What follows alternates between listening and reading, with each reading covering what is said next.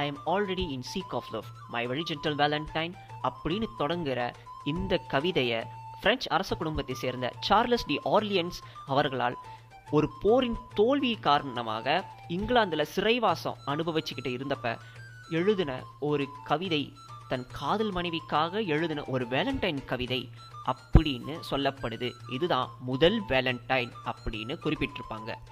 ஆனால் இது உண்மை கிடையாது. பிரிட்டிஷ் லைப்ரரி பிளாக்ஸ் படி அவர் இங்கிலாந்தில் சிறைவாசம் அனுபவிச்சுட்டு இருந்தப்ப இந்த கவிதை அவர் எழுதலனோ, அவர் சிறைவாசம் முடிச்சுட்டு திரும்ப பிரான்ஸ் நாட்டுக்கு திரும்பி சென்ற போதுதான் இந்த கவிதையை எழுதியிருக்காங்கன்னு சொல்லப்படுது.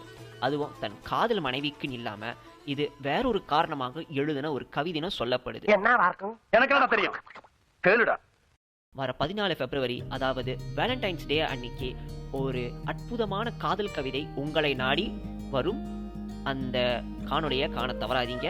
மறக்காம லைக் பண்ணுங்க, ஷேர் பண்ணுங்க. காகித கவிதை வலையொலி பக்கத்தை சப்ஸ்கிரைப் பண்ண மறந்துடாதீங்க. Stay tuned.